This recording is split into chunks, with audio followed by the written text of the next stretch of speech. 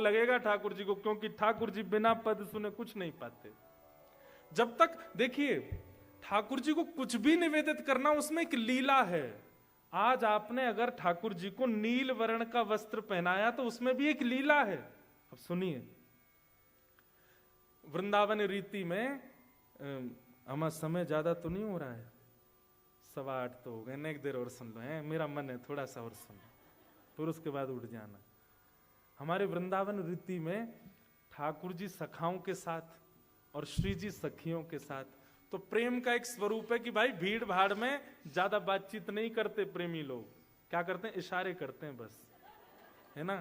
तो श्री जी कैसे इशारा करती हैं ठाकुर जी को, तो आज श्री जी सोच रही हैं कि ठाकुर जी से रात्रि में कहां मिलूं, तो वृंदावन में एक सरोवर है, उसमें कमल खिले हुए हैं, और वहां कब मिल पाएंगे, बोले आगामी पूर्णिमा के दिन मिल सकते हैं। तो अब श्री जी इसी भाव का श्रृंगार करती हैं। कैसे, नीचे जो वस्त्र पहनेंगी वो नीले, उससे ठाकुर जी को संकेत क्या मिलेगा कि नीला मतलब ठाकुर श्री जी कहीं सरोवर का संकेत कर रही हैं। ऊपर का जो पटका है या चुनरी है गुलाबी, ठाकुर जी अच्छा सरोवर बामू कमल खिले, श्री जी को देखते ही पहचान जाएंगे। और उसके बाद यहां पर जो चूड़ामणि है उसमें श्वेत श्वेत हीरा लगा है, उसको देख के ठाकुर अच्छा पूर्णिमा पे मिलेंगी। अब ये कोई मनमुखी बात नहीं है, ये वास्तविक लीलाएं हैं ब्रज की। और फिर उसके बाद ठाकुर जी क्या देखते हैं, मिलेंगी अकेले मिलेंगी कि सब सखी इनके संग रास विहार होगा। तो फिर ठाकुर जी देखते हैं 1 2 3 4 ऐसे ये पत्रावली होती हैं, और यहाँ गोल गोल घूम करके बीच में 1 2 बिंदी होती है। ठाकुर जी समझ जाते हैं अष्ट सखी यहाँ की, अष्ट सखा यहाँ के, यहाँ मैं, यहाँ श्री जी, मतलब महारास होएगो। ठाकुर जी उससे ही संकेत समझ जाते हैं श्री जी क्या आज्ञा कर रहे हैं। अगर आज श्री जी ने हरे रंग के वस्त्र पहने हैं और वह हरे रंग के वस्त्र पर गुलाबी गुलाबी गुलाबी चिन्ह बने हुए हैं, तो ठाकुर जी समझ जाते हैं कोई सघन वन, और वो सघन वन जहां पर गुलाबी पुष्प उत्पन्न हुए हों वहां मिलेंगी। और फिर चुनरी पर या तो तोता बने हैं, या तो मयूर बने हैं, या किसी प्रकार की आकृति बनी है, तो ठाकुर जी सोच लेते कौन से वन में मयूर ज्यादा हैं, वहां मिलेंगी। और केवल एक बिंदी है तो मतलब अकेली मिलेंगी और कोई ना आवे वो। और तिथि कौन सी होगी, वो चूड़ामणि में जो हीरा है वो यदि पूर्ण है तो मतलब पूर्णिमा। केवल चूड़ामणि स्वर्ण की है, उस पर कोई जड़ाऊ नहीं है, तो इसका मतलब अमावस्या।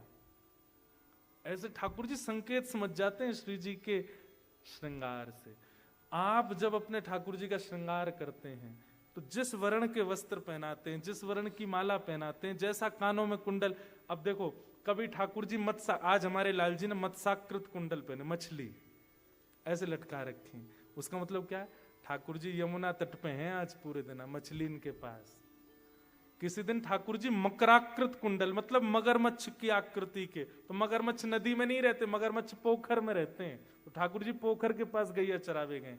किसी दिन मयूराकृत कुंडल, मयूर पहने हैं, तो इसका मतलब जहां मयूरन को बने ठाकुर जी वहां बैठे।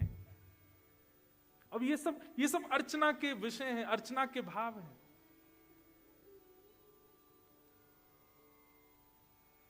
आप जब अपने ठाकुर जी का श्रृंगार करते हो तो जिस वर्ण की पोशाक पहनाने का आपका मन करता है वो मत पहनाइए, लीला सोचिए आज कहां भेज रहे हैं ठाकुर जी को, आज ठाकुर जी क्या करने वाले हैं। अच्छा ऐसी लीला, तो ऐसी लीला के लिए श्री जी को संकेत मिलना चाहिए, तो उसके लिए सफेद पहनाओ या ऐसे पहनाओ, या फिर जो पहना दिया है उसी में ही चिंतन करो। ठाकुर जी ने अपने आप ये वाला वर्ण का पहना, इसका मतलब क्या आज्ञा कर रहे हैं ठाकुर जी, आज कहां गए होंगे। कि अब आप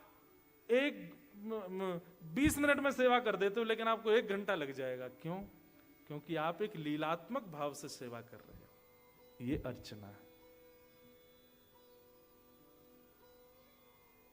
ये अर्चना है।